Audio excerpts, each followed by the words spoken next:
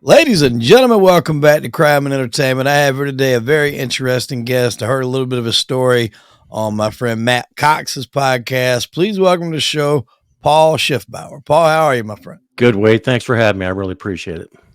No problem, no problem. I heard a little bit of your story on this show. I didn't want to listen to the whole thing because I wanted some of it to kind of just be organic. But, from what I heard, it sounds like a very interesting story. You kind of got I don't know if unknowingly would be the right term, but mixed up in some criminal activity. Yeah, I got mixed up in some stuff that I didn't see coming initially, but then eventually I did. So And that's quite common. Like I think before people realize maybe everything that they're wrapped up in, certain they might be blinded by one thing or the other, money or whatever, yeah, and they don't realize the dynamic and the depths of what they get themselves involved in until it's kind of too late and you're already out exactly. in Yeah, it. yeah, So it sounds kind of like what we're going to get into. So very interesting story. I guess we'll start from the top, man. It's your first time here.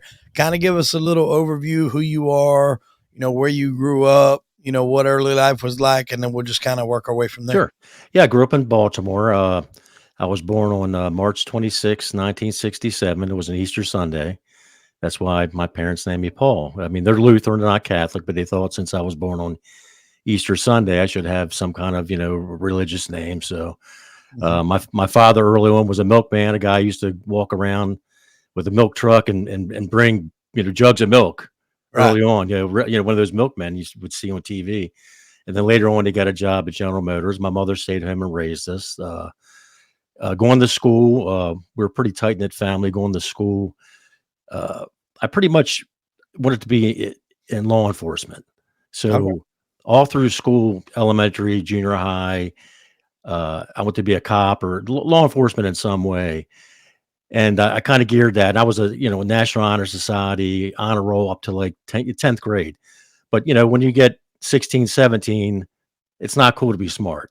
Yeah. So, you weren't getting girls being smart. Right. So I kind of screwed up a little bit, when I was in 11th, 12th grade. I still passed with C's and D's, but I was still, trying to gear towards, I want to be a cop in law enforcement. In fact, in my 1985 yearbook, the write up, it said criminal justice degree, uh, hopefully FBI. That was my goal. Be a Fed, long life, lots of money. That was in my 1985 write up with my picture. I had long hair in the middle, believe it or not. Feathered back. It was back in 1985. So that was my goal. And went on police ride-alongs during that time frame in school and all. But once I got 11th and 12th grade, I graduated. I didn't have the grades really to go to a good college right away. So I'm like thinking, like, how can I extend and improve on becoming in the law enforcement and ultimately a Fed? So I'm like, let me try going in the Army. So I applied for the Army. You take a test, you take an entrance test, and I did pretty good because I was a pretty bright guy. And I took this one job, and I'm thinking, like, what can kind of switch? What can I take to law enforcement and the Feds? And it was a job. It basically was like being a gunsmith, and it had a top secret security clearance. I'm thinking, like, oh man, this would be great. I'll get this job, do 4 years, get college money, come out, then move on. So I did my stint in the Army, get out, um, going to college a little bit, starting to go to school.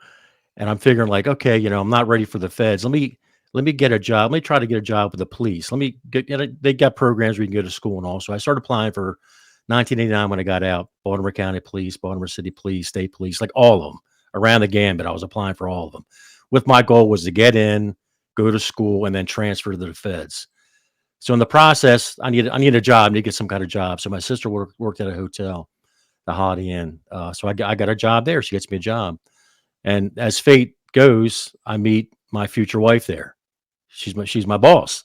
She's my boss, and we start dating. So she knows my plans and what I want to do. She wasn't really like too keen on law enforcement, crime, maybe being shot or something. She was, Right. but she was going to back me whatever I wanted to do. So Now, did you have family or anybody that was in law enforcement? Why no, the no, draw to law enforcement? I did. It's just something I wanted to do. But I guess being an honor student, I was kind of like a Boy Scout. I was kind of like, a good kid. It was weird. I go back to my youth when I was 4 years old. I didn't talk. My sister was 6. She was 2 years older than me. So my parents thought something was wrong with me. So they take me to the doctors, and the doctor just says, you just have a good son, because my sister was called Hurricane. She was like a nightmare. She was a terror, and here I was just like behaving all the time. Yeah. And my mother wasn't. This is And normal. to this day, my sister, they still, her nickname was Hurricane. In fact, when I bought a bar years later, she had worked for me, and she would be like, I own the place, and people would like, can I talk to him? He's too busy. You can't talk to him. So she was like the same way as an adult as we were when we were kids. So that was kind of my fascination with being a cop. So anyway, me and my wife we're dating, and you start dating, you kind of go to everything they have. Oh, yeah. Her family was really tight knit, and every weekend they had a function. So I'm started going to these functions, and most of these functions were at her brother-in-law's house. He had this big home in Northern Virginia. It was like 7,500 square feet, iron gate, pool, fountains, both sides of the house had a stairway up and a stairway down, 7 full bath. I mean, I'm like, what the hell does this guy do for a living?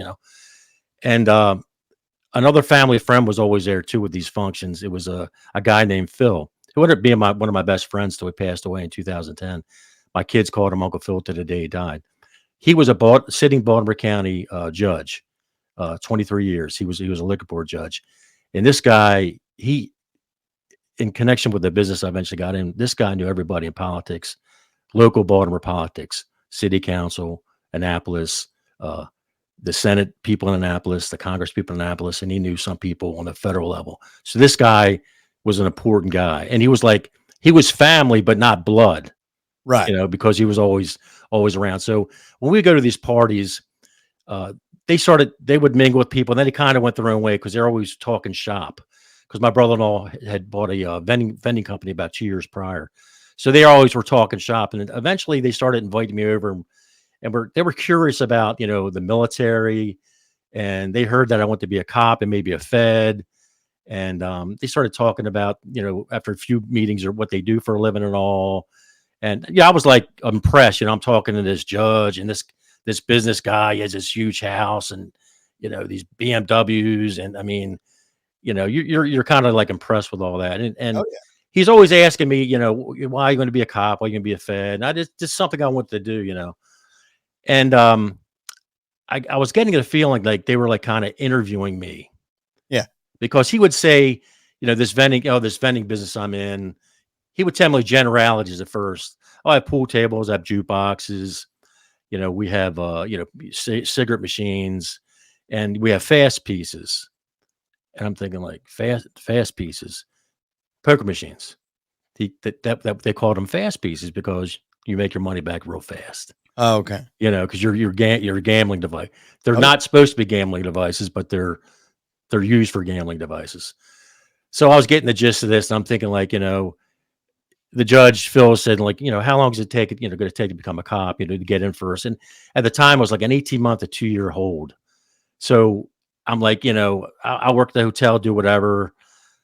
And they're like, oh, so, well, you never know. You'll see what your future takes. So I'm back at the hotel one night. This was going on for months, these meetings, these parties, and they kept asking me more and more. And I was slowly learning about what his business was like, this vending company. And he had said at one point, yeah, it's kind of hard to find people you can trust because it's not like you don't hire off the street. Because they're basically running, it's a racketeering outfit, money laundering, loan sharking, political pay. They're doing all this stuff. I find out this later on. So you can't hire any average Joe. So when he bought the business, this guy had it for like 30 years. And he had to keep the people that were there because you semi-trust these guys. They know what's going on, but they're not privy to actual money amounts. But they fix stuff, they move stuff around, and it's kind of like I find out it's not like La Costa. It's like the mob, but it's not the mob. These guys are organized, Right. as I find out, but it's not the Italians, Right. But these guys that own these companies, they talk, they communicate, they work with each other with certain things, but they're not going out shooting everybody. They get accounts. They try to do it, cordially if they can. So one night after a few months of this, he checks in the hotel when I'm working one night, says, come up to the room. When I got off, it was like 11 o'clock. So I go up there and then he's talking, he liked to smoke, he's smoking.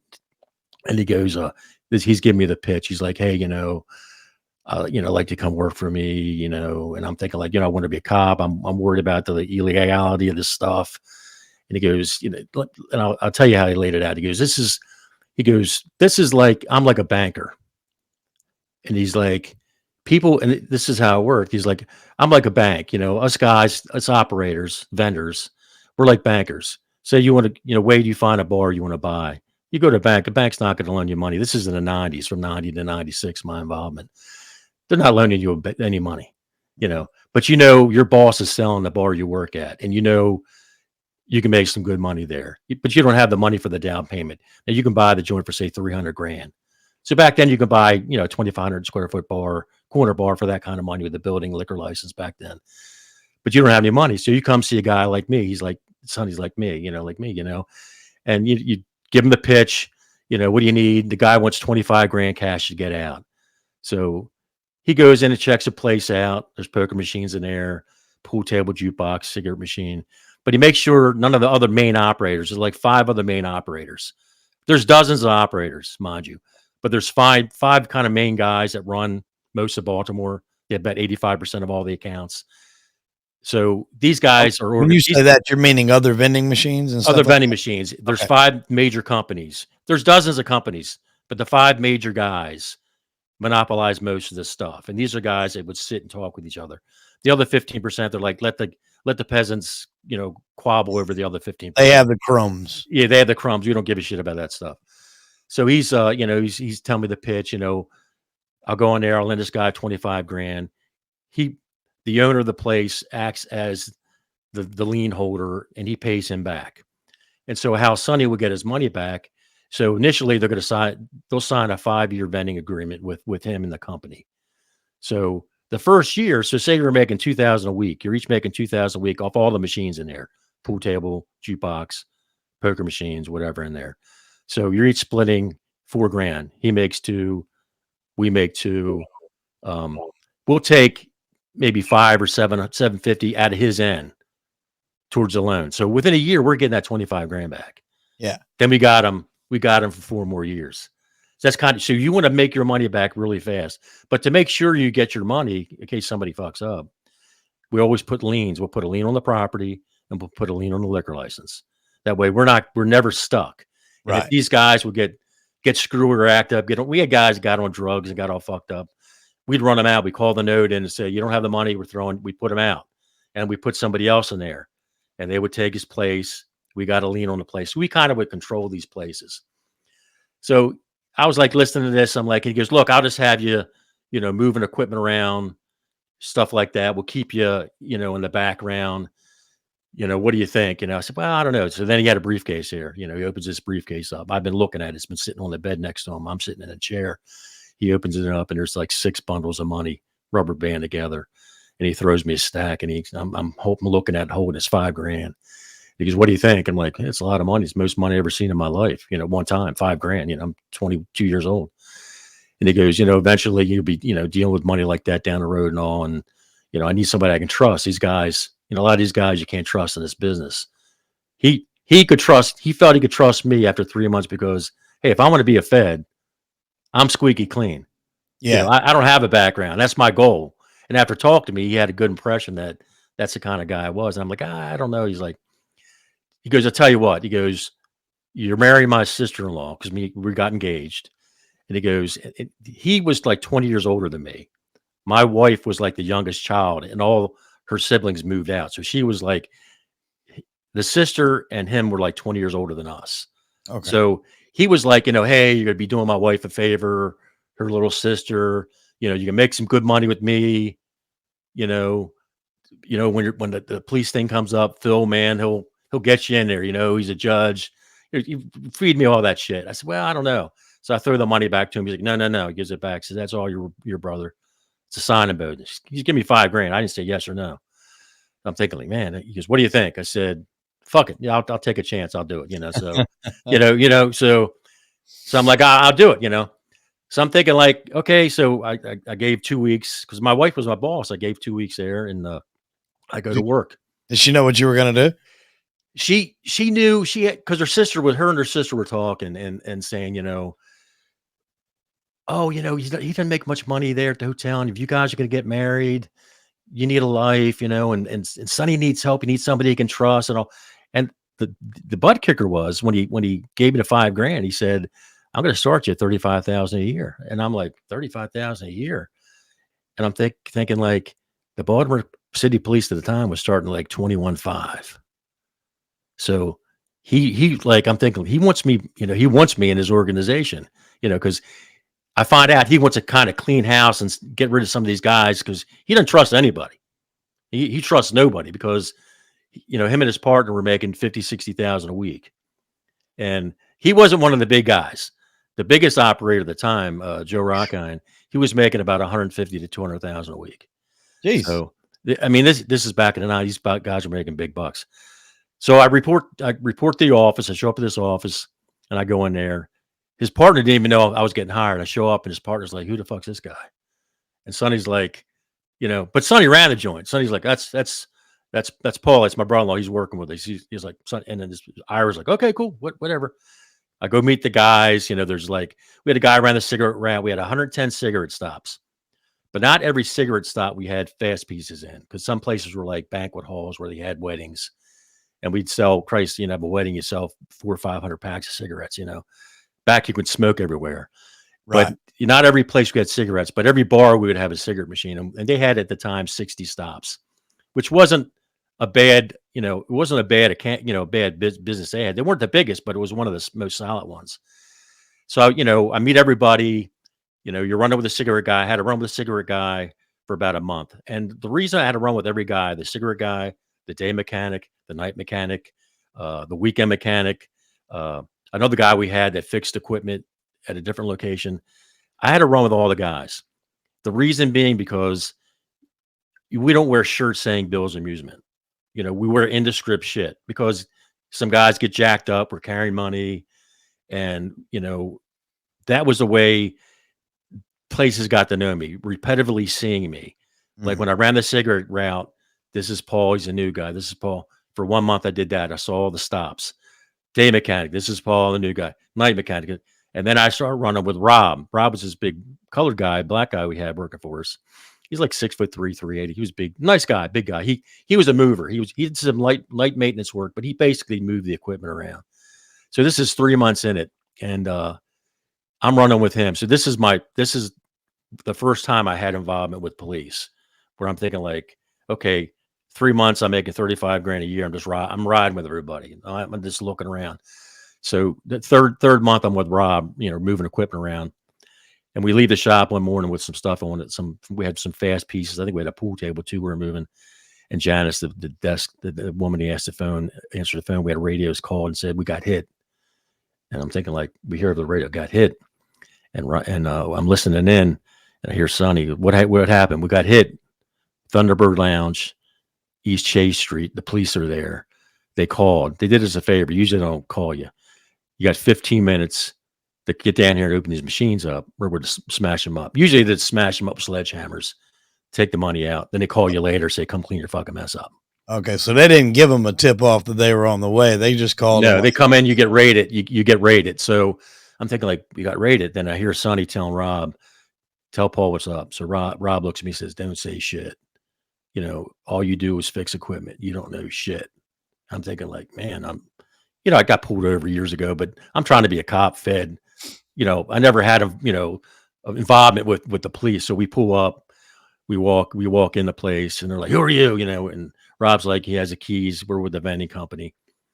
He goes, all right, come open these machines. They didn't smash them up. Rob was surprised, but we got there within 15 minutes because he said usually you come in, they're all apart on the floor because all they want is the money and they want the board. The board is the brains of the whole machine. Yeah. They want the brains and they want the board. So Rob goes over, starts opening machines. There's a bill acceptor, and the money literally goes in the bill acceptor, drops right in a bucket, a regular bucket. Takes the buckets out, dumps them on the bar. The one cop pulls me aside, says, "Come here, who are you?" And I'm like nervous. I'm just moving. What do you do? I said, "Dude, I just move equipment." I said, "Officer, I just move equipment around. Give me your ID." So I'm thinking, "Oh fuck," like I don't want to be identified by the police. I'm trying to become get him my ID, and he's asked me, these things are used for illegal gambling and racketeering and that. I said, "Officer, I don't know anything. I just started working here. I just move equipment around. You know, he's like, you need to find another fucking line of work. that's what this cop tells me. I'm thinking, holy shit. But in the process, there's fucking snow, like snow falling in the bar. I forgot this point. When we walked in, the cops had the pool sticks and they're banging these tiles. You know, the square of white tiles. They're like knocking them up. And the reason they're knocking them up, because, you know, some of these guys, and I was the same when I had a bar, I had a safe where I had money in it. Upside. And then I would have an area. Well, I had a safe on the floor. I had money in it, but I also had an area where I would hide money. So, hey, take the safe, open the safe, take the money if you're going to raid me. But I had a little bit in there. So if they took something, they weren't going to really look too hard. So I'd have money hidden in the safe. If it moves or not, if it don't move. Yeah, don't move. Is nothing going on. So they're busting this place up, and they're counting the money on the bar from the machines. They want the guy's bank. The guy just opened up. They usually hit you early in the morning. The guy just opened up. And he's like, Jarrell, in the place. He's like, I don't have any money here. I don't have any. They knew he had money. They knew he had money there. He had a bank to open up. And they're smashing bottles, and he had a coffee machine. They're pouring the coffee, pouring the sugar out. I'm thinking, like, what the fuck is? It's like out of a freaking, like, surreal. I'm like, what the fuck? You know, I want to be a cop, you know, fed. And these guys are knocking this place. These guys are terrorizing this place up. So Rob finally says, in the floor drain. It's in the floor drain. And Jarrell looks at him nasty. So he picks the floor drain up, and there's a mason jar in there. And the cop pulls a mason jar out, opens it up. There's $1,500 in there. That's where he kept his money. That's where he hid his money at night for his register, you know, to start the day. He didn't have a safe. He just hid it on the floor. So Jarrell didn't like that. So they come down, they count the money. There's $3,000 in the poker machines. They count it out. They give the bar owner a receipt. They count the drawer. The money he had in the jar is $1,500 there. They count it out and give him a receipt. They take the boards out of the poker machines. So I'm standing there, you know, and the cops are looking at us, undercover cops, uniform cops. What are you guys doing? Rob shrugs. I just shrug. I don't know what I'm doing. We're standing there. They go, okay, we got the deal. So once they leave the bar, once they leave and they leave the paperwork there, they're done. They're finished with their deal. So they roll out, and then Jarrell's like, why the hell did you tell them where my money was? And this is how it works. So Rob goes, look, Jarrell, this is how this works. They come in, they get popped for illegal gambling. First thing, three things have to happen to get popped. They have to see on the poker machines, say 2,000 points up in the corner. Usually there's a guy undercover sitting there in a bar, or girl, look like you, beard, maybe tattoos. They look like bikers. You don't know. They don't look like cops. They don't look like this. Mm-hmm. They have to see 2,000 points on the machine. They have to see this. Then they have to see the points vanish. Second thing they have to see. Then undercover has to see an envelope or money coming across the bar as payment for those points, which would have been $500 if it was a quarter machine. Those three things have to happen before they can raid you. Not saying they don't lie, because they do lie, but they have to see those three things. Right. That's why you're popped. So anyway, back to the money. So there's $3,000 from the machines, $1,500 from the drawer. And he's bitching about why Rob told him where the money was. And he said, look, Sonny's going to come down here. Sonny showed up. So my brother-in-law shows up. He has two boards. That's the brains of the machines. We plug them back up. We hook them up, turn the machines on, boom. They're up and running, ready to go. They're ready to collect money. So Sonny comes down, looks at the tickets, $3,000. He gives him $1,500, his end out of the poker machines, which is what he would have made. Sees a ticket for $1,500, gives him $1,500 for that that was his bank. He's whole right now. Right. It throws in a couple $100 for the little bit of damage they did there. He's got all his money. Then he gives him a card. Okay, this is your lawyer. This is your lawyer. You call him up. We pay for the lawyer, miss time, miss work, and you need to get an expert. Whatever it is, we take care of everything. It's like an unwritten rule. So the bar owner takes the hit. He's getting charged with illegal gambling. On the machine, it says for amusement only. Hey, yeah. we just put them in there. We didn't know they're gambling with them. So that's so basically we were running a racketeering outfit because we had 60 places under the guise of amusement only. I mean, the cops knew what was going on, but early on in that business, it was like whack-a-mole. They get the bars, they get the bars, they get the bars, get the bars. And then later on, they said, you know what? We got to come after the operators. Right. because these guys were the guys that were controlling all this and loaning the money out, and that's kind of how that went. So let me ask you one question. Did they account for the money they got out of the drain? Yeah, it was 3,000 in the machines, Right. which he got his 1,500 because we lost the 1,500. We ate Well, no, that I'm up. saying the cops, did they write down their Yeah, they receipt? wrote that too. Yeah, these guys were. I've been on raids where you knew they didn't give you a good count, Right. but I mean, we were there, standing there watching them. I mean, not That's like what I was getting hovering. at. Were they looking for a payoff or something like Yeah, that, or were they straight we up? they we got notified, and usually they don't. Right. So, um, we we probably knew. Sonny probably knew some of them. I mean, they occasionally had to come by. They had to raid somebody. Right. They can't always get off, but sometimes we would get notified, hey, somebody's going to come down and get you Monday morning. Mhm. So we would go in there Sunday night, take all the money out of the place. Right. So And when they come that's in there and clubbing and doing whatever, there's you no ain't fucking getting the money in whole there. bottle. Yeah, you're not How, getting the whole so, weekend take. but they would do that once in a while, but they couldn't always do that because then they'd be subject to being looked at too. How these guys always know that we're rolling in on them, you know? But they had a job to do. And I always said it's like it was playing like cops and robbers. It Yeah. was we had to watch. I learned very fast. Like we couldn't. My wife had two friends. One was at Baltimore County. Her best friend, growing up girlfriend, was a sergeant in Baltimore County, and her husband was a lieutenant. And when we went out to hang out, I was like, they knew I was in the vending business. I just ran the cigarette route. I didn't know anything about anything else. And like all the other guys, when I started, eventually I started collecting. I started going around and collecting. And the guys in the business that worked for us, they knew you kept quiet, they didn't talk, but they didn't know amounts. But I was privy to, like, once I got involved and I was like making good money initially, the 35,000. Then when he says, "Hey, I want you to start collecting," I'm thinking like, well, I don't know, I'll pay you 2,000 more a month. I'm like, okay, and then, but every account, every deal, every account was different because loan amounts were different. Some didn't have any loans at all. Some were 50-50 splits. Some were 60-40. So you had to know what the deal was, who you dealt with, what day you collected, and things like that. So I had to kind of learn all that too. And the guys that worked didn't, they weren't privy to that information. And they weren't privy eventually to me going to these meetings when they had basically the five main guys would meet like once a month at a place called the Golden Arm. And the Golden Arm was Johnny Unitas' old spot. I don't know if you recall him, the Oh quarterback for yeah, the yeah. Colts years ago. Quarterback for the Baltimore Yeah, Colts. it was called, the Golden Arm. We used to hang out there once a month. And that's where we would sit there and talk. And usually when the judge would show up, usually there was like a problem. And the problem was usually one of these politicians in Annapolis, whenever they needed money, they would say, "Hey, we're gonna, these things were classified as amusement devices, like a Pac-Man game. We're gonna outlaw them. We're gonna totally outlaw these things and make them illegal." And they would put these. They would have somebody put, not them. They wouldn't put it up. They would have somebody else put the bill up. Like, "Hey, man, I can't control what he's doing. He's putting this bill up. He's going to put you guys out of business." So Phil would come to the meeting and say, "Hey, man, they're putting this bill up." And pretty much the guys would look at each other. What's it going to cost? What's going to cost to kill this bill? One time was 50 grand, and one time was 100 grand. And you give the 100 grand to a few key people. This is local senators, local Congress guys, not the federal level, but the local guys.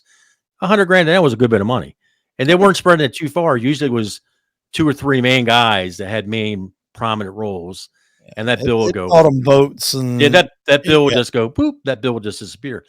But it also, the money that we'd give them, every other month they had these fundraisers, and they always hit us up for whether sometimes they didn't have a fundraiser. They said, "Hey, we're having a fundraiser. Can you buy tickets? $100 a piece. How many can you buy? 20 of them or whatever." They would do shit like that, and of course we buy it because the money was twofold because these guys are making so much cash. You're greasing their palms, and they would always say if it made them sleep good at night, "Hey, they're campaign donations." yeah. Call it what you want. It was it was bribing them. It was, giving them money to keep these things, Yeah, it was greasing the wheels. greasing the wheels, and that's kind of how it rolled. The whole 6 years I was in there, it rolled like that. So a And couple questions real quick. yeah, sure. Yeah. The lawyer that they would set him up with, like, were they able to beat these charges? Were they get them reduced? Because I'm assuming the one guy, if he gets multiple gambling charges, at Yeah. some point something's going to happen. No, we had one guy got popped 5 times. Never saw a day in jail. Is Never had the fines just increase? they increase a little bit, but it's always like, don't do it again. Right. So $100 fine, $500 fine, 1,000, but they weren't paying the fines. Right. So We're it didn't matter what it yeah, was. and it was always a slap on the wrist. So Okay. and the lawyer, it was always like nod, nod, wink, wink. These lawyers also, the one main lawyer, we had a couple of them, but the one main lawyer we knew, he was an ex-senator. So, he used to be in the system. So it was kind of like, that's kind of how it worked. And my mother would always say, she reminded me when I was a kid growing up, and certain kids would come to the house and knock on the door for me to come out and play. And if my mother didn't like him, she'd be like, "Oh, he's sick or in the shower, or he can't come out." And she said, "I didn't let you play with certain type of kids." And she told me when I got older, she's like, "These people that I'm running with in this business," she goes, "those are the kids I didn't like you playing with." Mhm. Because I knew they weren't. But I was like, the money was enticing, and then going out to these political functions. I had to go to political functions and meeting these guys and shake their hands. And they may have not have known my name, Paul, but they knew I was with Sonny, I was with Joe, hey, yo, no, and if I would see them out, say I was out with my wife and some friends, and one of the local guys, politicians, would see me, hey, how you, would tap me, hey, how are you? And people like, how do you know Senator so and so or city council member so and so? I said, oh yeah.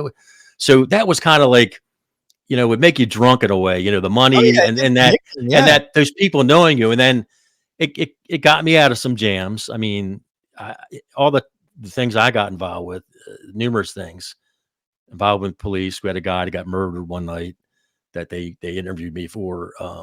They didn't pull me in, but they talked to me and where were you at? What's your wife? Can I talk? Yeah, go call my wife or do whatever. I can get into that store if you want me to. I mean, all the times I had involvement with local police, state police, and then eventually I had involvement with the feds. I never, I was like, well, maybe accused because they asked me questions, never hauled in, Right. never charged, You're just, never I guess you would call it a person of interest at that person point. of interest. Yeah. And I've been to court. I've been to court several times, usually as a witness, Mhm. because Sonny did something and I had and I had to vouch for him. Maybe, you know what I mean?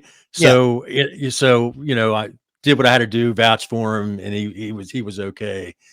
But Well, I got a, like, I won't say similar, but I've got a family member. I'm not going to name drop, but I've got a family that was involved in something like that. He was a pretty well connected guy in the area. He knew a lot of people. One of the guys that was a retired police officer was putting poker machines in certain businesses. we had a guy like that. And he would get a heads up from a guy that was still in the police department Yeah, when they were going to raid said businesses. yeah, yeah. So he would move them out.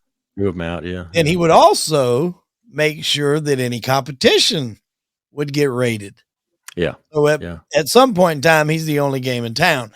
This did all finally come to a head. The family member of mine that was involved got wrapped up in it. The former cop, the cop that was still on the force, it was a big deal when they all finally went down. But that guy was making hundreds of thousands a Yeah.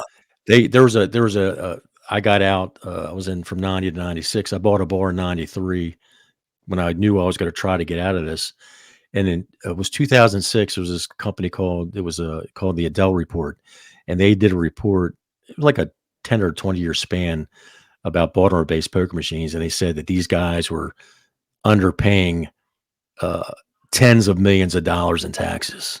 Oh yeah, Tens of millions of dollars in because taxes. there's no way to monitor exactly how much. No, because they weren't hooked up to the computers. I mean, it was like we just showed what you had to, you showed what you had to show to get by. Right. And You know, these things are, I'm assuming, are they illegal at that time, the poker machines? they're only illegal if you get caught gambling on them.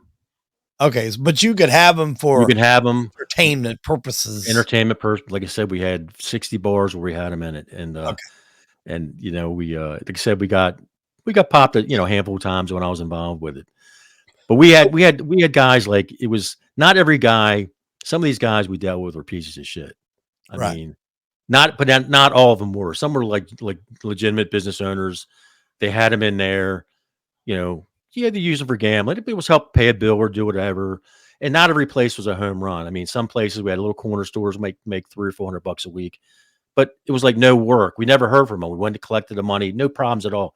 Then we had places. It seems like the places where we made most money. Where there's one joint out in the county, we were making like 10,000 a week, but Man, we always had problems there because this guy, I'll go on the story about this. This guy, it was a really big nightclub, and he had a bar in the back, and his bar in the back was as big as the bar that I owned. It was like 2,000 square feet, just his little tiny back bar, and we were making like 10 grand a week there, and we loaned him 100 grand to get in this nightclub because it was a big place, and he had my home phone number, the only place that had my home phone number because we were making so much money there. But he had a habit of having these after hours parties. So he shut the front club down at 2, and then he had drug dealers in there, uh, bookmakers, bringing the prostitutes, cocaine, and then he have it was like Caligula in the back, after hours. yeah, I mean, we're making shitload of money. So he called me up 3 o'clock in the morning. Hey, I need a dump. I need a dump. So what a dump was that we had three poker machines in the back of this bar, back place. A dump is that you got these guys in there gambling, and they're maybe cashing checks to get money to gamble, and then if they're winning, you're paying them off. So you run out of money. You run out of money either to loan them or cash checks because it's all in the machines. right. So they need a dump to get money back to keep these guys there. So he called me up one night, 3 o'clock in the morning. And I get the answer phone. My wife's like, "What's up?" I said, "I got to go." Don't I always would say, "Don't." I get my gun. Was carrying a 30 at the time. Don't answer the door. Don't go to because I never know what I was getting involved in. So I get over to about 4 in the morning. At a back door, it's a steel door. I could hear the music blasting. Blah, blah, blah. 4 in the morning. Bar's supposed to be closed at 2. So I'm knocking on the door. No one's answering. I pull the handle. Fucking doors. I'm like, the door's open. They're like, this guy's fucking nuts, man. It's not supposed to be. So open the door and it's like a free for all. There's guys in there playing the poker machines. There's girls giving them blowjobs while they're playing the machine. There's guys banging these girls on the pool table. Caligula, cocaine everywhere. And then I see this guy in place. His name was Richie Stump. He had like long hair, was part of the middle, feathered back, always in shorts, flip flops, Hawaiian shirt, 5 degrees outside. And my brother-in-law, early on, we'd always call him Stutterfuck. And I'm like, I felt bad because I had a stuttering problem when I was younger. And I'm thinking like, I thought it was kind of rude, or to do that.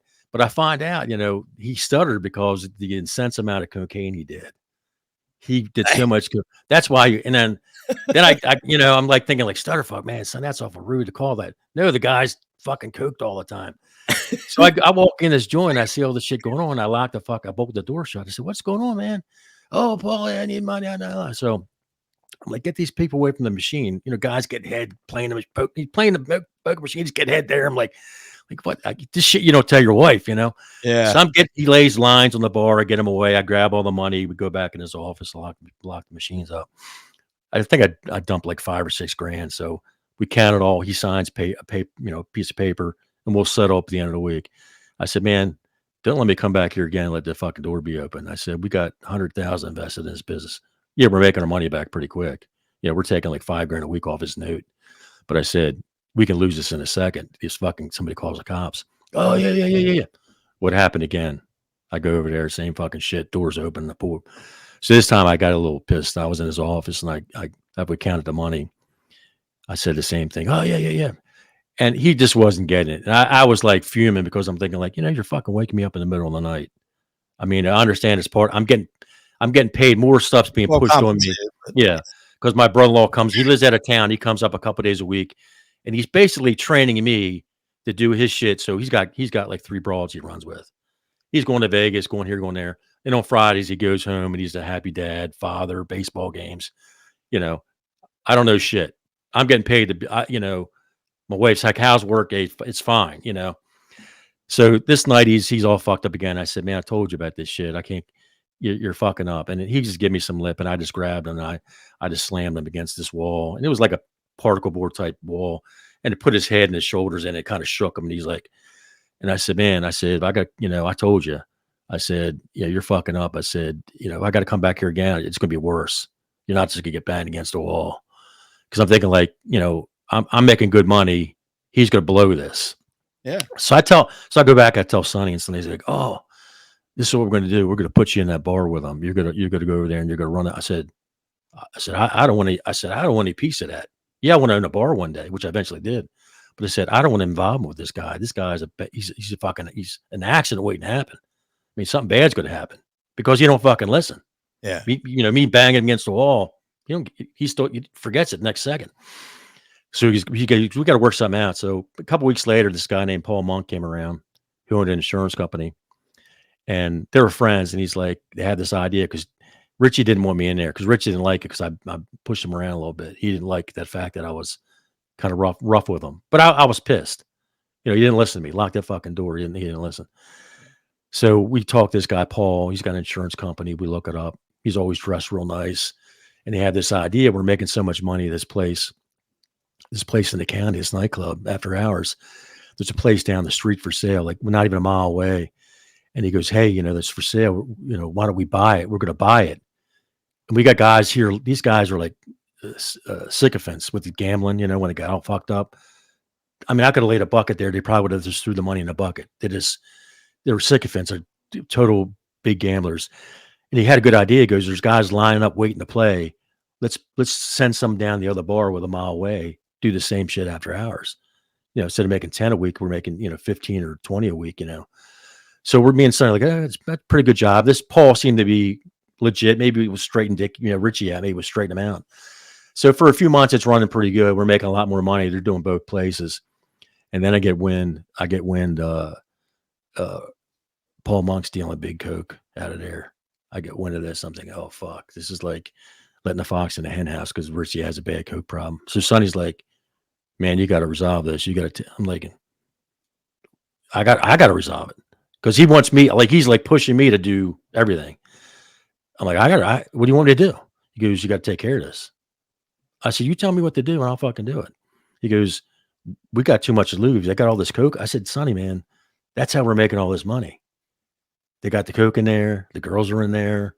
We can say, hey, we don't know. We know what they're doing, but we don't know what they're doing. Right. Because we don't own those bars. We just own the machines, right. But we're making all this money because of all this. He goes, we'll go over there and figure it out, but let them know we know. We don't want it going on. So I go over there. I meet Paul Monk. I said, look, dude, man, you can't. First he denied. I said, don't fucking lie to me. I said, I know what you're fucking doing. I said, you can't be dealing. Well, same thing. We're making all this money. I said, look, this don't, whatever you're doing, keep it to a minimum. Don't keep a lot of shit around here. That was basically what I said. I mean, they still had coke for the guys and all, but don't keep shit on the property. Yeah. A pound or whatever he was dealing, because he was dealing some heavy weight. Enough to where if you seen somebody pull up in the parking lot, you might could flush it and get rid of it. Exactly. So, okay, he got it. So, a couple weeks, maybe a month went by. I get another call from Richie late at night, 3 a.m. Calls me up. He's like, Paul Monk got killed. Paul Monk got murdered. It's like 3 o'clock in the morning. I'm like, what? And this is like one of these nights my wife, when I wrote a book and I had a partner I would tell him the story to. I told my wife when I got off the phone, I grabbed my 38 in my briefcase and I said, don't answer the door. Don't answer the phone. Don't leave the house. Because I didn't know what was going on. Because at this juncture, Sonny was kind of fucking around a little bit. The other operators, like, when they would sell a count to us, maybe stiffen them. So he just was like fucking around too much because he wasn't around. So he would use me to try to deal with stuff. And I'm thinking like, it's not my company, but if he owes you money, he owes you money. I don't know what to tell you, Yeah. So I go over there and the cops are there and Richie's like, bring your stuff. My 38 had a 20 gauge shotgun. I left it in the car, pull up, the cops like, who are you? Calls me over, police tapes out there and all. Who are you? What are you doing here? I said, I didn't say I was a machine guy. I said, because I didn't want to open that door, I said, hey, I'm acquainted, we're friends. Richie just called me. He goes, can you prove your whereabouts? 2 o'clock, tonight, because it was like 3:30. I said, I was home in bed with my wife. You want to go by my house? And then Richie says, I just called him. He's friends. He called me because I have a gun. and Yeah. he was worried because we didn't know, and Sonny didn't know if somebody was coming after us because these were two good spots. I mean, we Right. were making a lot of money there, and some of these guys, I wouldn't say kill over these spots, but they would finagle, try to undercut you, give somebody money to get in these accounts. We didn't know what happened, but eventually down the road, what apparently what happened. This guy, the murder was never proven. They never brought anybody in.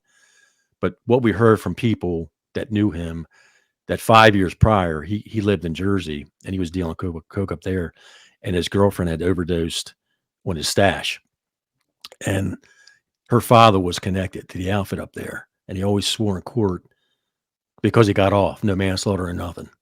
He got off completely, nothing was going on.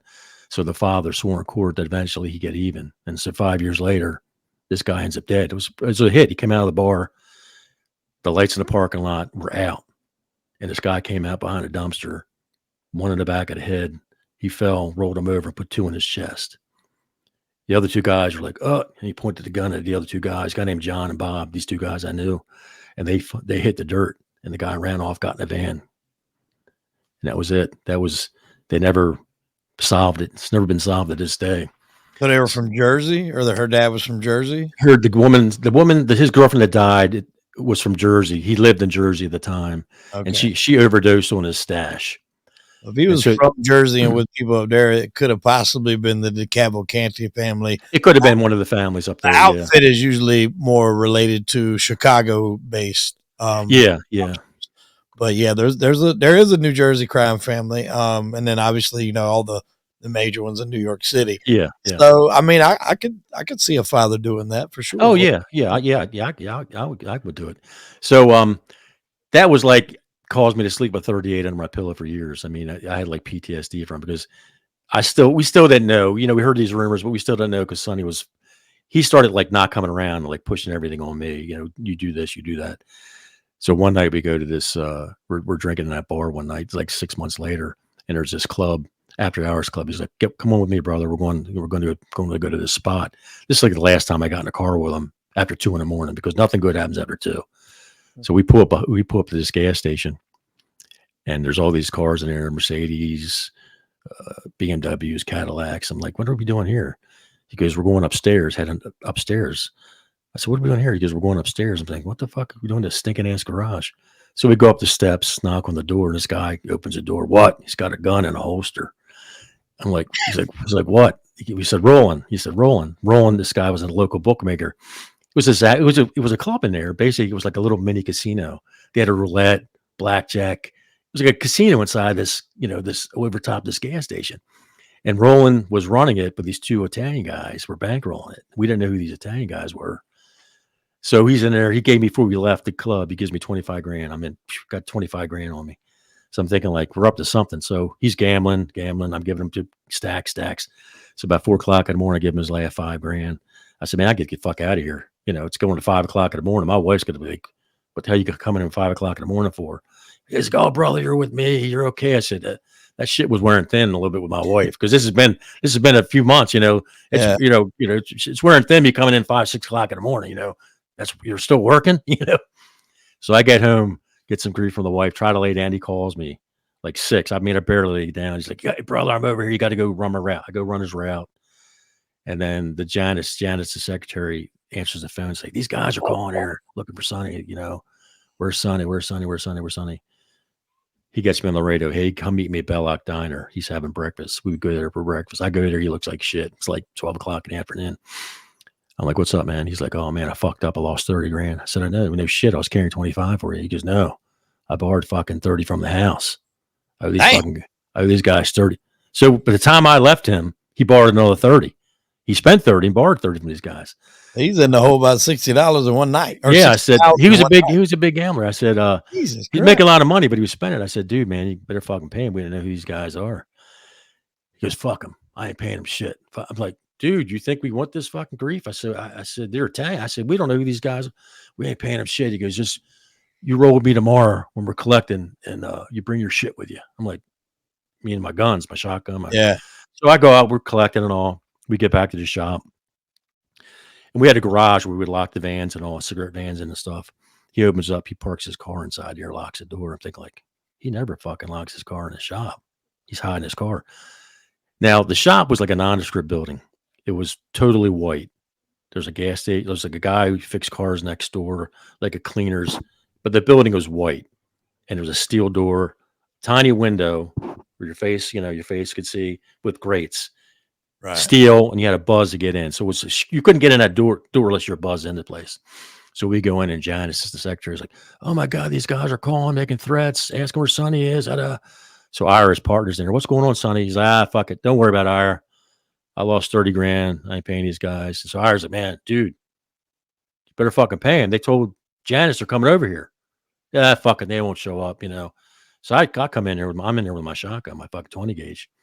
So the layout of the shop is Janice is in front of the door where she see people. A hallway. Ira's office is right in the center. Sonny has the office. It's accounting room. Safes, have all the accounting stuff bank has, we have, coins, bills. It's all the whole setup in a steel door, heavy door there. And I'm in the back behind this door behind Ira's shop, Ira's office. So I'm like, you're thinking like they're calling, and Sonny's like, "Don't answer the phone anymore. Don't answer the door." So the phone's ringing, and it finally stops ringing. About an hour or so goes by. We hear the buzz, buzz, buzz, buzz, buzz. And Janice is like, "Oh, it's the mail lady." She can see the mail lady through the door. Ira's like, "Let her in." So I'm listening. I'm back the door. I hear this scuffling. These fucking two guys are out there waiting. They're fucking coming in behind this mail person. So they're coming in, and I'm hearing this. "Well, where's this?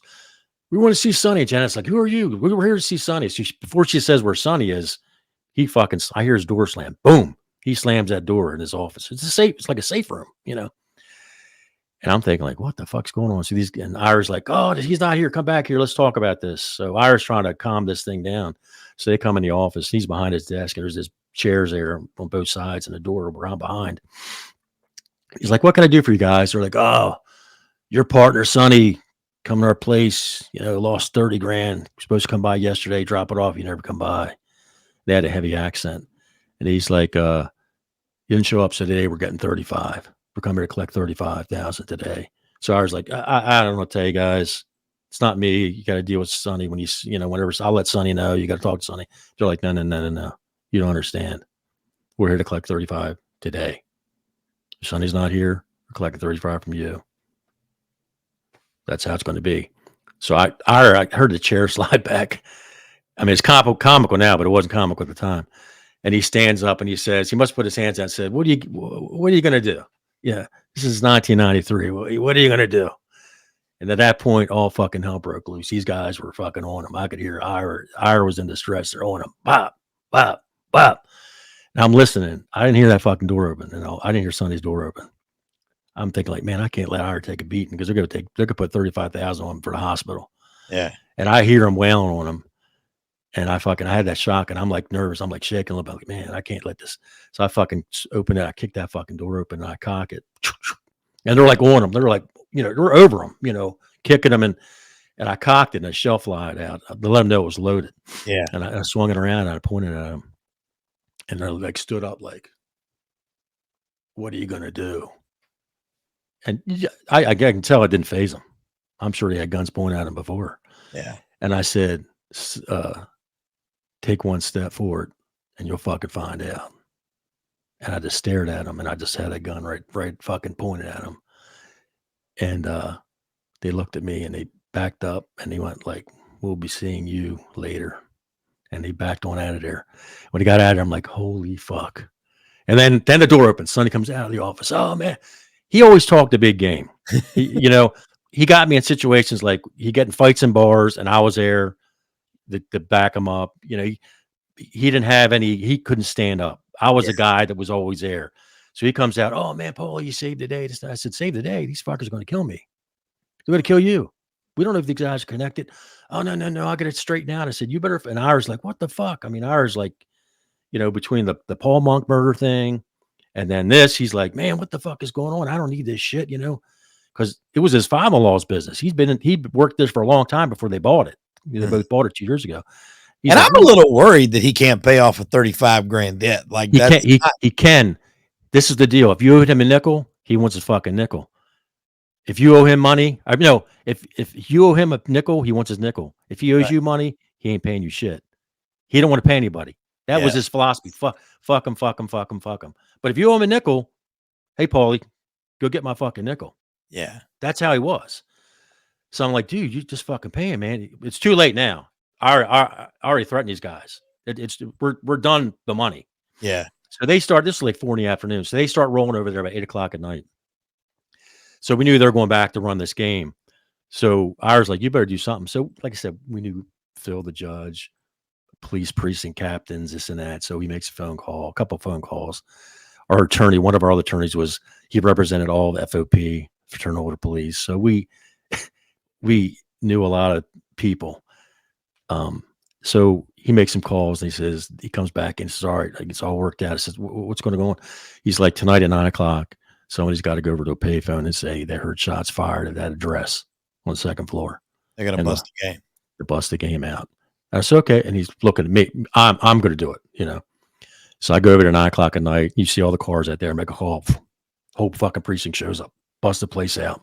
These guys apparently had some warrants or something. Sonny had to grease some palms. They got like hauled out somewhere, wherever they were. They're warrants in New York, for something, same kind of shit, Yeah. They're trying to move in down here.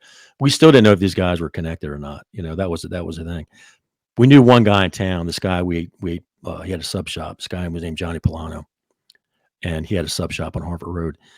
He was one of the biggest bookmakers in Baltimore County. He didn't take anything less than $500 a game. And Sonny bet with him multiple games.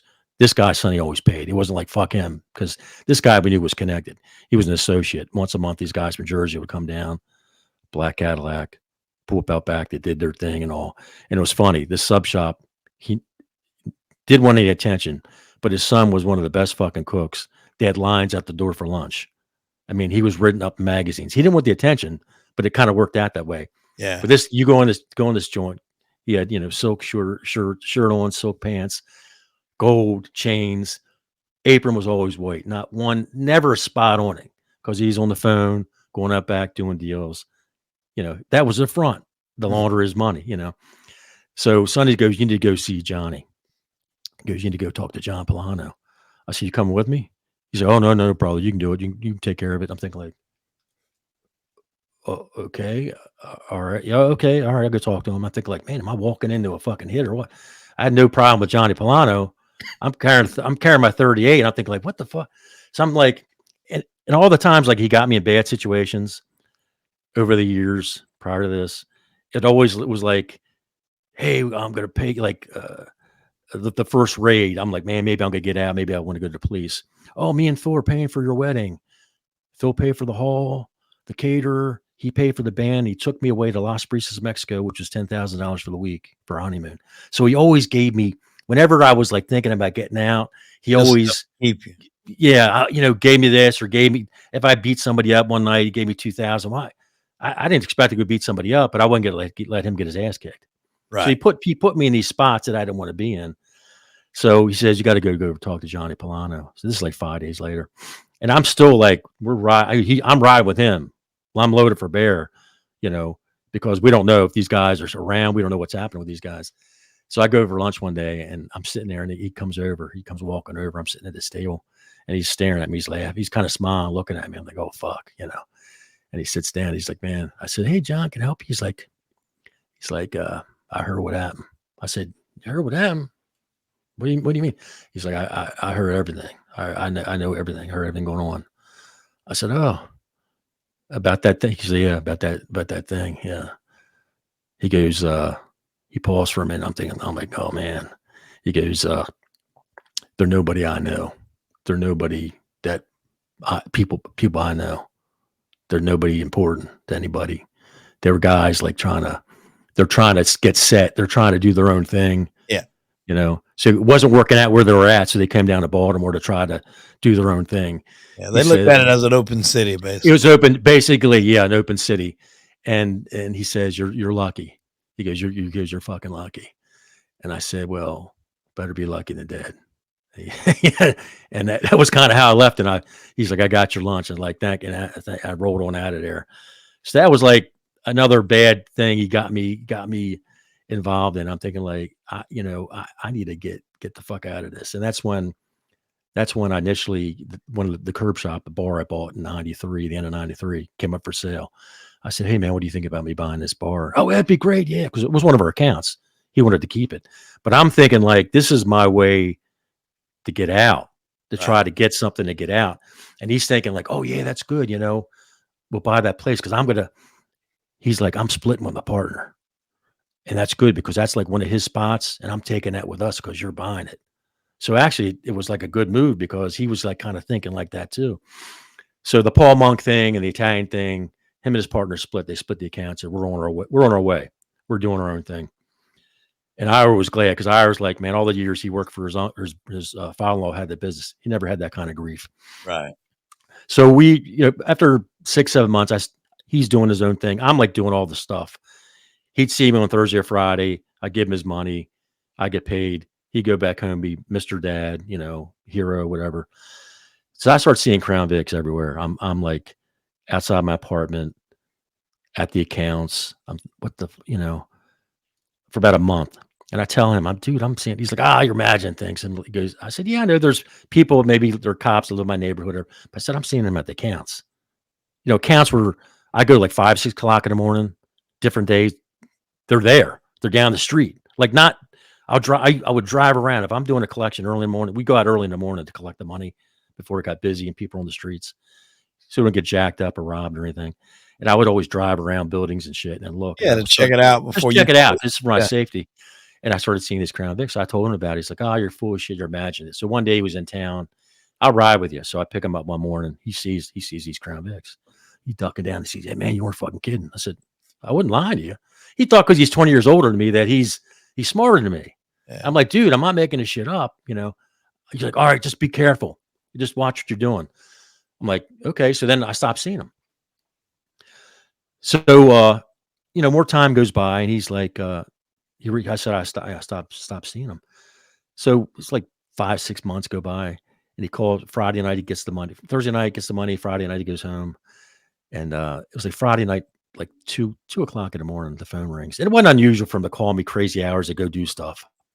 I mean, it was kind of like not being a doctor, but I would just have to go. One time he loaned a girl car. He had this fucking Jaguar. He left in town. He let this broad drive it one weekend. It was a very expensive car, and she was a fucking coke fiend. He couldn't get a hold of her, couldn't find her. And he's like, dude, you got to go out 2 o'clock and we're going to find her, man. I'm afraid she wrecked my car. I'm like, why the fuck would you give her your car? I said, what if your wife finds out? He goes, oh, bro, I got it all figured out. He goes, I was just going to say it's some broad you're running with and you stole my keys.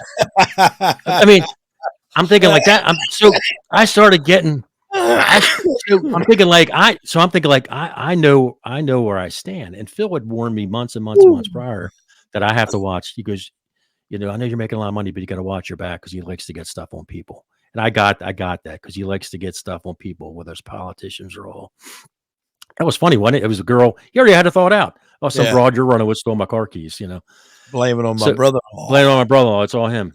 So he calls me this one night at 2 a.m. I'm like, what's up? He goes, hey, we got to meet for breakfast. So I'm thinking Monday or Tuesday when he comes to town. I said, okay, what Monday, Tuesday we're at? He's like, no, like now, like right now, as soon as you can get there. I said, okay, Belloc Diner. We always went there. So I get there. He's there. He's fucking there. He's sitting there. He's coffee. He's sitting there. I come walking in, and he has this paper on the counter at the table, and it looks like C&P Telephone, one of the telephone companies. And I'm looking at it. I'm trying to make a joke. It's 3 a.m. I'm like, what do you want me to fucking pay your phone bill now? What's I'm trying to make light of the situation. He goes, no, read this. And it said, the federal government no longer requested any more wiretaps on your phone. And I said, oh. He said, yeah. And he finds out from his lawyer, he says, you never should have got that letter from the phone company. That was between the feds and them. You never should have got notified that they didn't ask for an extension on your phone. And what his lawyer said, what he could find out, he said that being that he was only home like Friday, Saturday, Sunday, Monday, he goes, whoever you're talking to, their phone's tapped too. I owned the bar at the time. My bar, my house phone, or shop phone, his phone, all our phones were tapped. Now, mind you, we always talked in code on the phone. Like, money, we had certain terms for money and spots, same as last week. We just we never liked phones. None of us did. But you still, and you were careful who you talked around. So he's like, yeah, he goes, maybe they got nothing. We don't know. So I said, all right, we'll wait and see. He goes, just be careful, be careful. One of those be careful things. So a few months go by and it's like, it's quiet. Nothing's happening. Nothing's happening. But the feds don't, they can build a case. They can take a while, Yeah. they take as much time as they want. They got money and time. So 5 or 6 months go by, and all of a sudden he's like, hey man, years ago he promised me like, hey, when I'm done, when I get my few million saved up, I'm out. I'm going to give it. He's going to give everything to me for all the guys I beat down for him and stole from people, all the crazy shit I've done. He's going to reward me by giving me the business or what he has left of it, half the business that he had from his partner. And he decides to do that. And I'm thinking like, he goes, all I want is 200 grand. I was like, 200 grand. I'm thinking in my head, dude, you told me for years, like to keep me on board, like paying for the wedding and this and that you're going to give this shit to me. Well, I need 200 grand. I said, he goes, think about it. I said, I tell you what, I don't fucking want it. He fucking gets the ass. From that point on, we don't talk. Now I'm working for him. I'm running his routes. I'm doing everything in town. He just leaves me notes. We're not fucking talking because I don't want to buy the business that the feds may take. Already be looking at, yeah. Looking at. So I'm thinking like, he's going to say it was me. Yeah. I wasn't in town. He's doing it all. I don't know what. So I'm like, homie, don't play that. I'm not doing that. So he's leaving me notes, this and that. I'm thinking, then I find out, from what he goes to see. I stopped going to meetings. He didn't want me going to meetings with the other contractors, the other guys, the other vendors. So I find out from one of the other guys, one of the collectors like me, he comes to see me one day because he's trying to piece off all the spots, to one of the other operators like Joe Rockheim or one of the other guys, Milton. And the guy comes to see me and say, hey, Sonny's selling his stuff. He goes, didn't he offer it to you? And I said, yeah, but I didn't want to tell him the biz, what was going on. I said, yeah, but I'm content. I had the bar. I make good money here.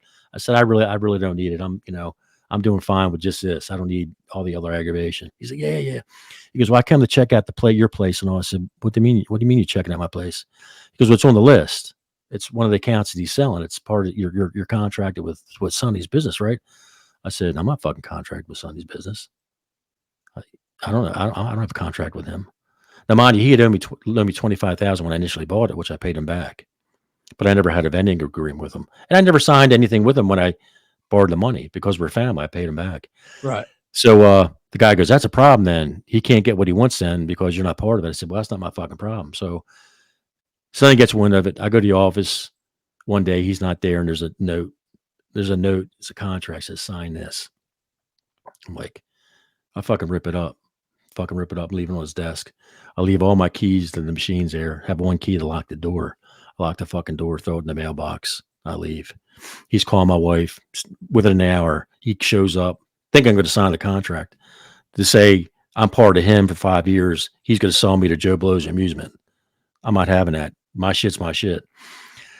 So he's cussing my wife out. You got to come over and settle this. You fucking motherfucker. All I did for you. And I was like, dude, I'm not coming over unless you calm down. He's like a caged fucking animal. I mean, he's cornered because he thought he was going to have me. Yeah. So I go over there and I said, if you're not calm, I'm not coming over. So I go over there and I knew he had a felony case prior years ago, so he couldn't legally own a gun. I always had a 38 on me, initially illegally, but when I bought the bar, I had it legally to carry. So I had it in my pocket. When I went over there, he's in the office and he's like, this and that, you motherfucker, all I've done for you. You need to sign this contract, And I said, look, dude, you loan me 25 grand, I paid you back. I said, you loan drug addicts hundreds of thousands of dollars. You put me in bad spots, precarious spots, this and that. And I said, all I owe you, it's your equipment in that bar. I said, I'll give you $20,000 for the equipment. It's your equipment. I have no problem with that. I'll pay you 20 grand for the equipment and I'll give you 20,000 like for a per diem for the business. And that's it. That's all you're getting. You motherfucker. He's cussing me out. He's like, you can't be at your bar the whole time. You can't watch that place. You don't know what I'm capable of, this and that. And I said, hey, dude, I know what you're capable of because I was a guy that was sent out to do stuff. Yeah. So he goes, I got shit on you. Yeah. I said, the same shit on you. so you want to tell me you're telling yourself. So yeah, I've done everything you sent me to do. So I said, so I don't get, I mean, I was paid well. I said, I really don't give a shit. You were telling yourself, I don't give a fuck. He's like, yeah. So he's like, you can't do this, you know. I said, and he still threatened me, you know. And I finally had enough. I said, listen, motherfucker. And you heard a click. I clicked that fucking revolver in my pocket. I want him to hear it. And I had my hand on it. And he got stopped. He got white. He liked to golf. He always tan. He got white. I said, look, motherfucker. I said, this is what's going to happen. I said, I'm going to send you the money for the equipment and the per diem for that business, for your loss of income. I said, you have nothing to do with the curb shop's my place. And I said, if anybody comes sniffing around, if my car gets fucked up, my window gets smashed out, somebody fucking calls my wife, somebody looks at me wrong, I said, you're not going to be around to raise your kids. And I said, don't fuck with me. And he didn't say one word. And I said, this is the last time we're going to talk. And I fucking walked out of there. And that's the last time we talked. And I sent him, the way I sent him the money, I sent it by checks. I sent him 10 different checks. I couldn't send all that money at one time in a check. And I wanted it documented because I knew how he operated.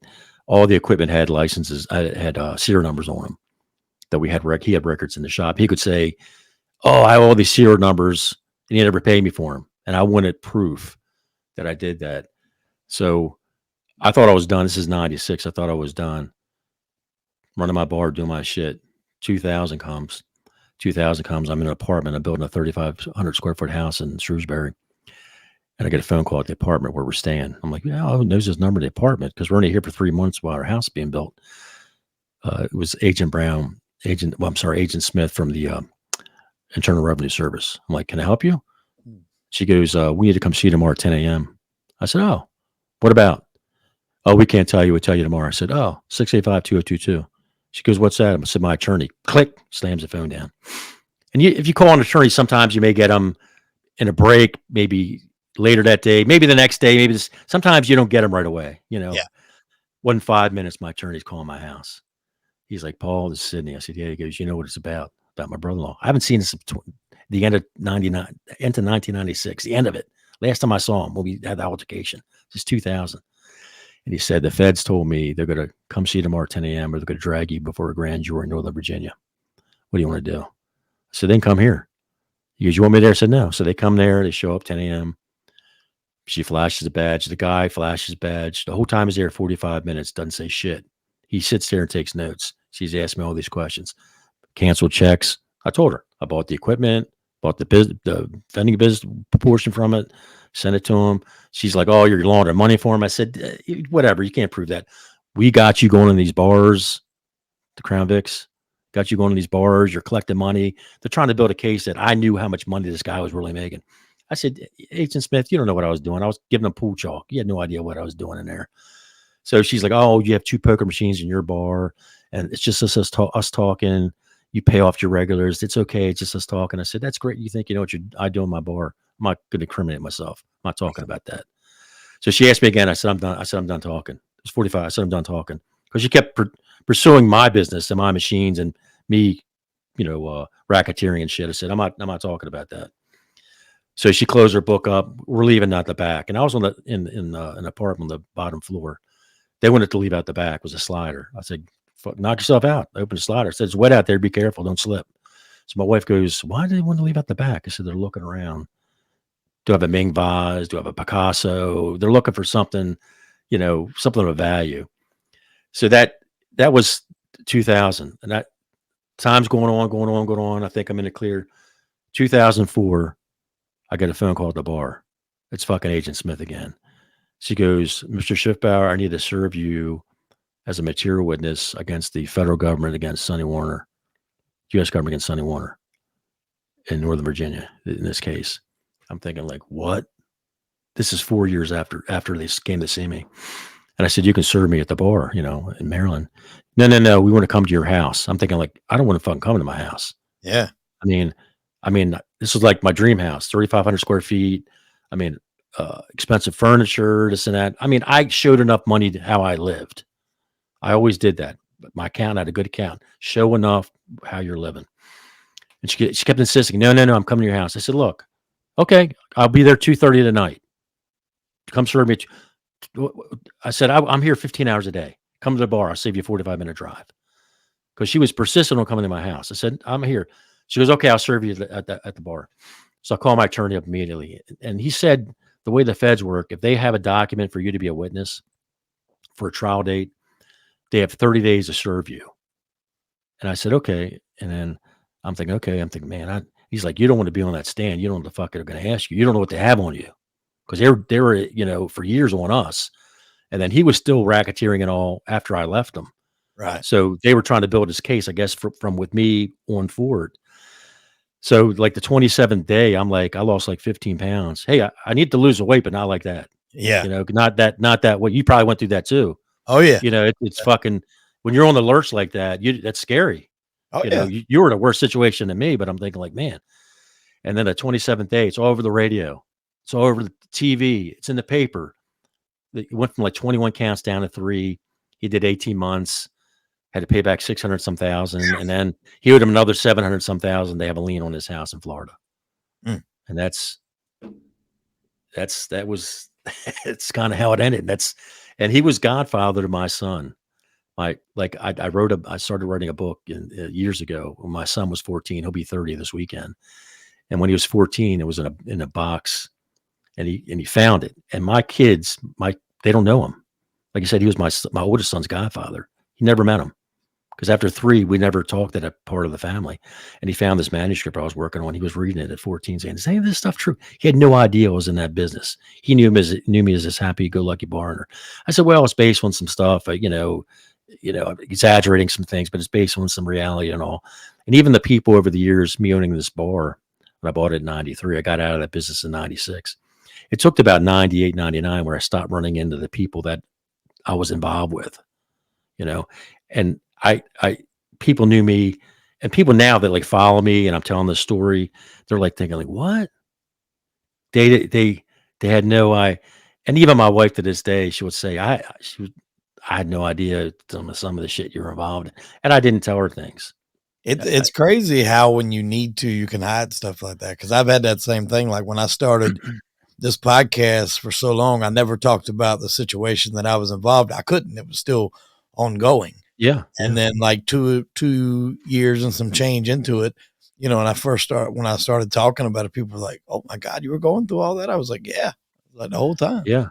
And what the crazy thing is, like when I was looking back, when I forgot about what I wrote in my yearbook till like after I got out of that business. It's like, damn, I forgot I wanted to be a Fed, and it's right in there. And I'm like, there's some crazy shit here. I wanted to be a Fed, then I ended up being this freaking guy who was like kind of like, well, doing illegal shit. I mean, Yeah. and my wife used to call me. She goes, I'm much calmer now, you know, low T and medication. I'm a calm dude.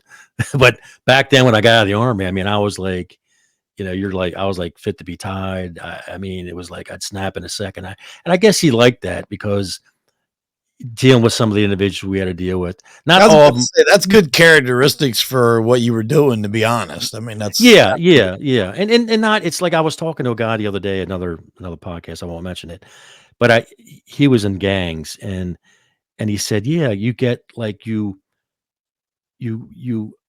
adhere, you start mimicking, or you play this part. Like when I had to deal with I had to bang people around, and I didn't like going around banging people around or banging their head against the wall. But sometimes that's all they understood. Not everybody, but they either understood the threat of violence happening to them or actual violence happening to them. Mhm. And it wasn't, but that's all certain people understood. Yeah. And I didn't like being that guy, but I had to be that guy in situations because I was kind of put in that spot. Because you can't, even in a bar, you can't be timid saying, "Oh, sir, can you please refrain from the foul language?" Yeah. You say, "Shut the fuck up or get out." Yeah. And I stand up. So, you know, and in this kind of how it was. I mean, and the people that like follow me still from when I had the business are like, "What?" Yeah, it's funny in a way, but Yeah. I'm not, I kind of never was like, I was that guy at one point, but I kind of never was that guy really, but I was kind of made to be that guy. Did you wind up having to testify on him, or No, he copped never did? he copped a plea. I mean, I was Did he very get jail time? yeah, he got 18 months in the federal lockup. And he had to do what? Would you say? Initially 650, he had to pay back 650,000. And then he's in a state where they have, they can't throw him out of his house, but they have the government has a 750,000 lien because he didn't have all the money to pay him back. So he paid six something initially, and they have a $750,000 lien on his house. He's got a big house, like $3 million. He made all this money over the years, and they can't throw him out. But when he sells it, they get their money back. Right. But Okay. like I said, I haven't seen the man or talked to him since '96, and he said Godfather, my oldest. I mean, all the money he made, millions. I'm assuming 18 Millions. I moved it one ain't. time. I moved a safe. We had one safe. I moved it one time. Me and another guy had $1 million in that one safe. I mean, and this is back in probably '91. I mean, he's making money. I mean, I was doing pretty good too. I mean, I wasn't starving, but I'm not making that level. But I was making. I mean, a decent year and a money. half. That ain't exactly a horrible trade. Well, no, I was in there from '90 to '96. No, I'm talking about him as far as prison. Oh no, yeah, year and a half Yeah, was the year and a half was. I mean, he was very. I mean, just fortunate because they could have got him on so much other stuff from oh like yeah, when I was with him. yeah, But I guess it was easier. They got him for stuff easier yeah. down the road to say, okay, this is just easy to go rather than going way back and dragging this thing out. Yeah. So That's crazy that he got that letter though. he should have never got that letter, and that kind of tipped us off. Yeah. And it kind of tipped me off too when he said, months later, "Oh, it's all quiet. Well, I'm going to sell everything to you." I'm thinking, no, you're not, because that's how he operated. He would get away. He was lucky to a point, but not lucky in that case. Right. And if he thought it was coming down, that would have been the perfect opportunity to sell it to you, kind of pin the whole thing on you. And that was his thing. Like the girl, like the girl stole, that's Paul's broad he's running with. He stole my car keys. So that was all this shit was always in the back of my mind. You know what this whole scenario kind of reminds me of is the movie, and I watched it recently because my son had never seen it, but the movie Training Day.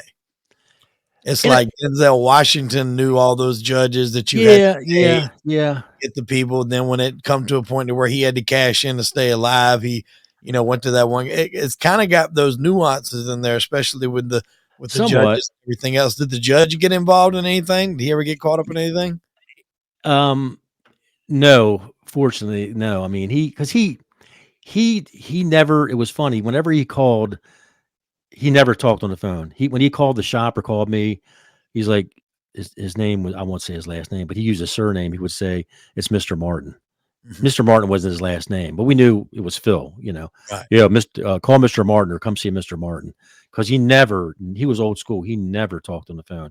And I had to go see him like on Thursdays just to see what was up, what was going on. I mean, it sounds like he played it smart. I mean, but that's a lot of what that game is, man. It's knowing the right people, and whether they want to admit it or not. It's like you said, it's campaign contributions. Yeah, if you want to put a pretty spin on it, but I mean, it's bribing. It's greasy. The very first time I gave somebody a contribution was in a guy running for Baltimore County executive, and I had $10,000 in an envelope in my pocket. And you never give it to the guy. You always give it to somebody else. Right. And we shake hands and this guy goes, "Hey, Paulie, let's go look at this." And we ran around the corner and I give it to him and we go back and that's it, and then it got up to where one time I was carrying $100,000 for somebody that I had to deliver. And, that was kind of scary because, somebody tried to rob me or. I was about to say, what does it feel like carrying that? Was it in a briefcase? Well, I had it in two like duffel bags, like small duffel bags.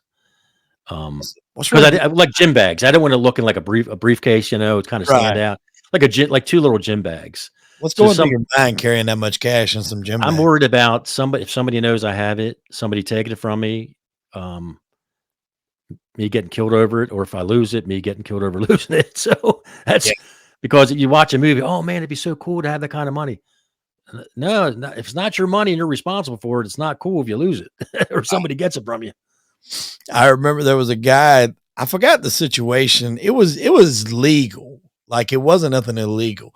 He somehow had like 50 grand cash and he asked another guy to drive the car back home. It was like he sold something or something. He was in the process of moving. And what it was he was going through a divorce. So he didn't want to put it in the bank because then it would have been record of him having it and his wife was going to get part of it. So it was legit as far as him having it. But still, that other guy was like, and he knew it was, legit. So he wasn't worried about being caught up on anything illegal. But he was just like, still, if I get pulled over by the cops, I got to answer why I got 50 grand cash in a bag. Yeah, I got just going on the cruise a couple years ago. I think because I like to take cash for tips. I had like 5,000 in my pocket. But when my kids were younger, this was years ago, a while ago, I give my youngest son, some of the money, like fives and one, because they wouldn't, but they always ran me through the machine, Right. scan me. What's that bundle there? I'm like, I said, it's cash. Pull it out. I'm like, I really want to pull it out. You got to pull it out.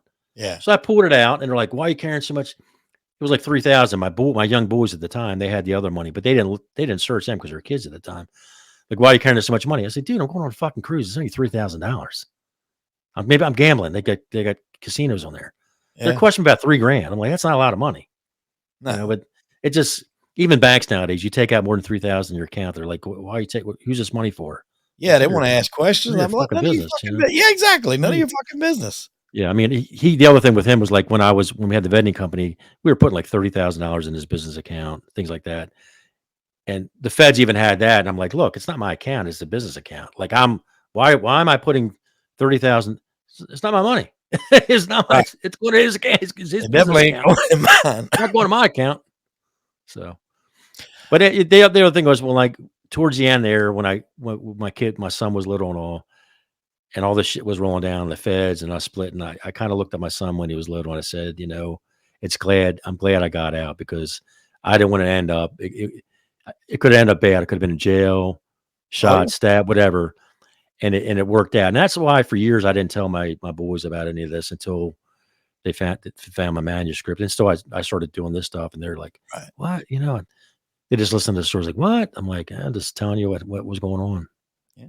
So, I mean, what's next here? Are you planning on, obviously did you finish the manuscript? Is it published? Yeah, yeah, I have a published novel out there. It's called Amusement Only. I wrote with a young writer, Darian Hobson. It's been out since 17.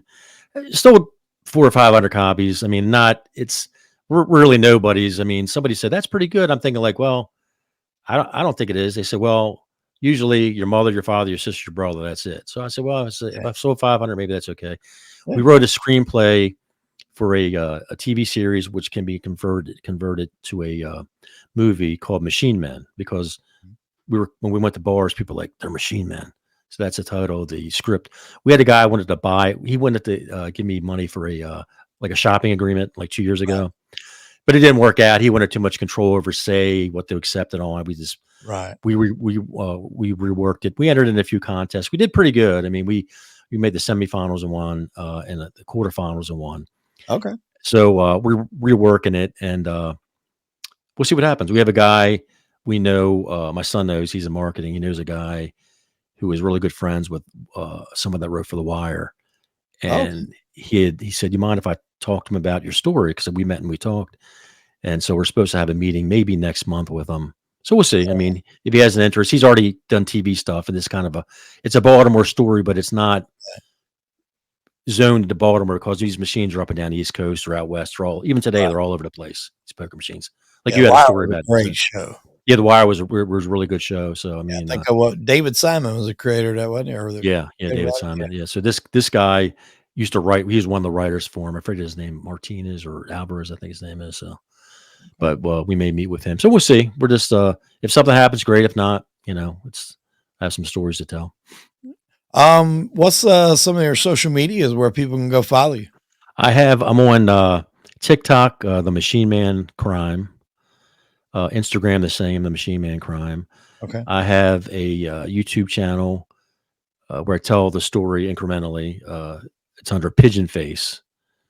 I tell a few more stories than what it's more time involved. Right. So I have that out there, and then the novel Amusement Only is on Amazon.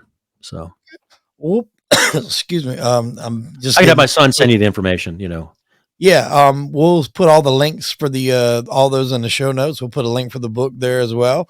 And I wish you luck, man, getting that thing pitched. It sounds like it would be an interesting, concept to watch because I grew up around a lot of that type of stuff before it was outlawed in the Carolinas.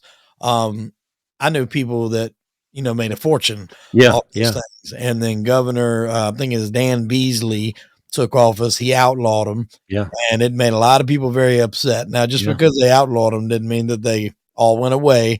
Yep. They were still there. They were there in certain rooms that only certain people were privy to get to. Yep.